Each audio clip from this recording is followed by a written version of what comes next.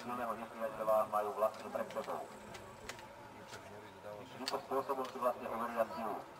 Predpokladám, vzhľadom na prítomnosť nemeckého delostrelectva a v Ružomberku a povstaleckého delostrelectva a Bristolskej osade v tej dobe pozície minometov, prípadne postavenie delostrelectva, ktoré strieľalo niekde od Bristolskej osady. Vidíte, že jedným členom družstva, ktoré bol Bonivu Kraja Radista, to bola obrovská výhoda nemeckej armády, mala dostatok spojovacích prostriedkov, kým slovenská armáda disponovala väčšinou voľnými telefónmi, ktoré boli závislé od káblov, museli sa ťahať dlhé linky. Mala minimum vysielačiek.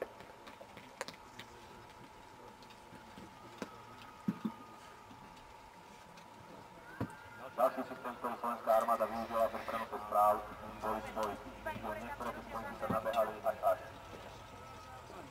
Medzi všetkými stranami, ktoré sa k nej dostali, hoci bol čísel na 20 nábojov, ale bol to naozaj skvelá zbraň, geniálne jednoduchá.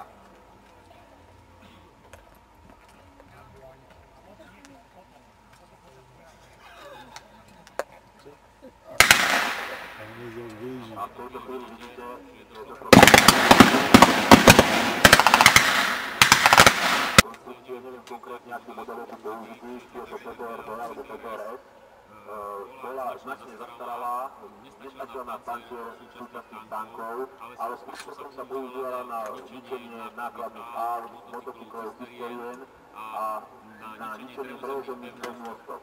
To bola rozličný druhý streliva a môžem vám povedať, že zásah tou zbraňou do tej preloženej pomôstky určite nebolo nič prírodné.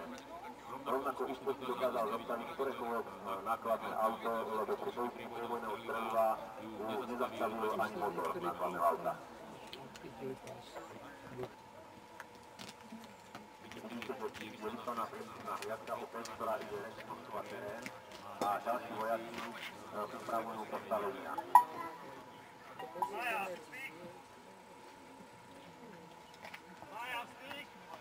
Áno, prišli ďalšie zálohy.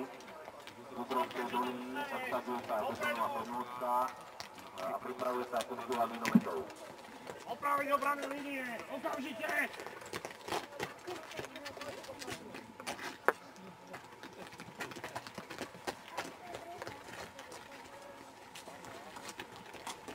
Povstalci sa snažia zablokovať najúžší časť doliny, tak ako by to urobil samozrejme každý veliteľ.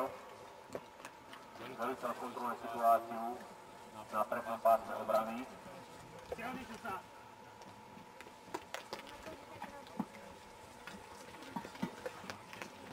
Potom sa postupuje opatrne zredná jednotka. Na nemeckej strane momentálne nevidím žiadny pohyb. Pravdepodobne v tejto chvíli podávajú hlásenie svojmu veliteľovi, prípadne je možné, že žiadajú o veliteľovskú podporu. Ale ako vidíte, teraz si môžete všimnúť nemeckými bojmi v Rusku, prípadne na viacerých európskych frontoch.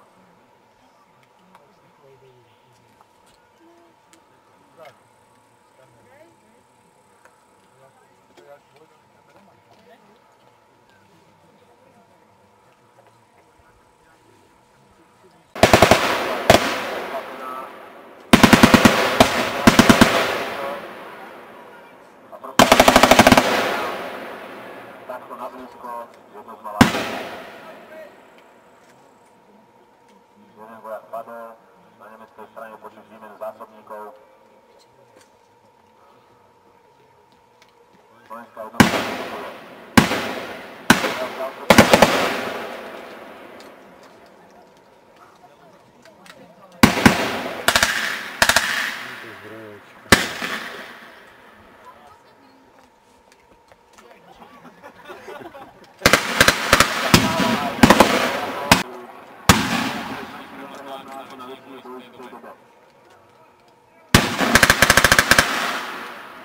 Ďalšia pomocná jednotka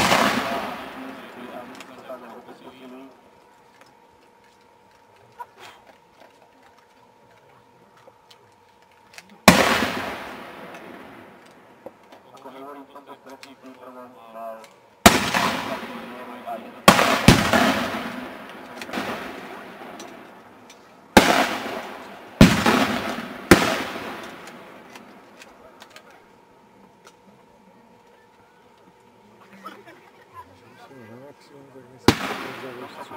sa určite vo väčšej miere využívajú v TTV aj ručné granáty.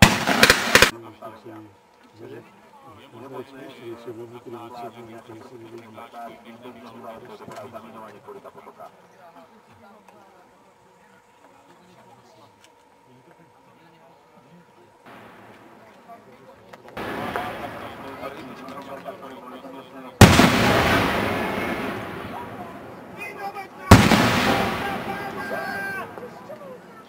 Ktorí majú priezy sa kryjú.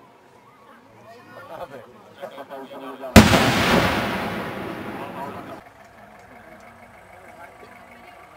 Nemecká armáda počítala s presvedčou svojich veľostrelcov, potom svietí aj zbrojných zlovníkov, ktoré teraz nevystúpilo z ľudidiel a presúvajú sa motorizovanie, to znamená veľmi ľahký cieľ. Vidíte, že jedna Praga ťahá aj nemecký pák, kde Franka zabiel kanóny, nebolo proti kanónu. Úzko kalibru 3,4 cm, ktoré už nepodstatovalo na tieto množstvo doby. Bude na plné vozidlo plné vysadené a Nemci sa začínajú pomaly rozvinovať. Fašisti skočte jedno nákladné auto, jednoosobné auto,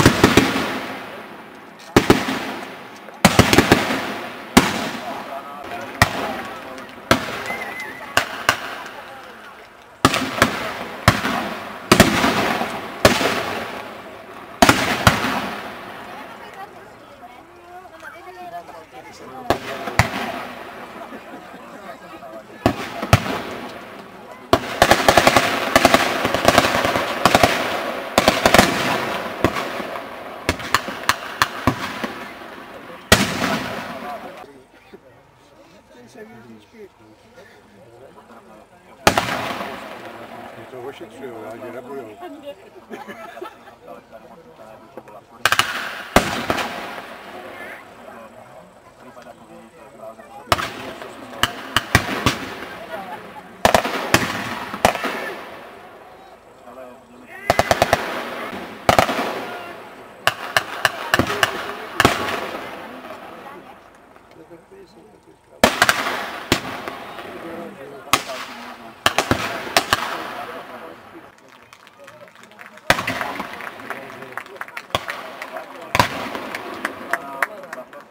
Klubov vojenskej histórie Čiech, Slovenska a Maďarska menujte domácemu historiátorskému klubu Ostrov, klubu vojenskej histórie, vojenskej historie klubu vojenskej histórie Gvardia zo Spišskej Novej Vsi, klubu vojenskej histórie Levice, klubu vojenskej histórie Štvrtý klub, jedného klubu Domek, KVS Morava, Domek, klub vojenskej histórie Komota, klub vojenskej histórie Zohra, klub vojenskej histórie Osvita, klub vojenskej a v neposlednom rade klub priateľov vojenskej histórie Slovenska v Bratislave.